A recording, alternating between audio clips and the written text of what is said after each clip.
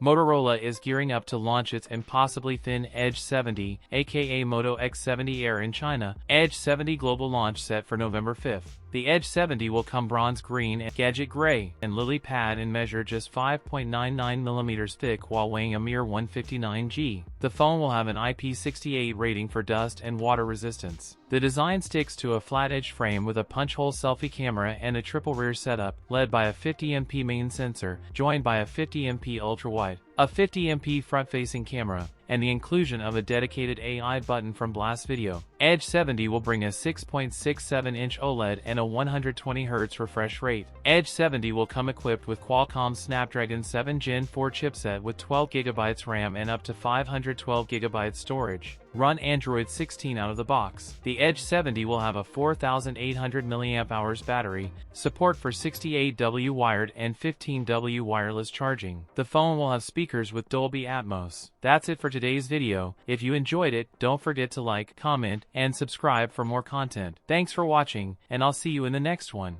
The 4,800 mAh silicon carbon battery with 68W wired charging support. A rumored price of around €700.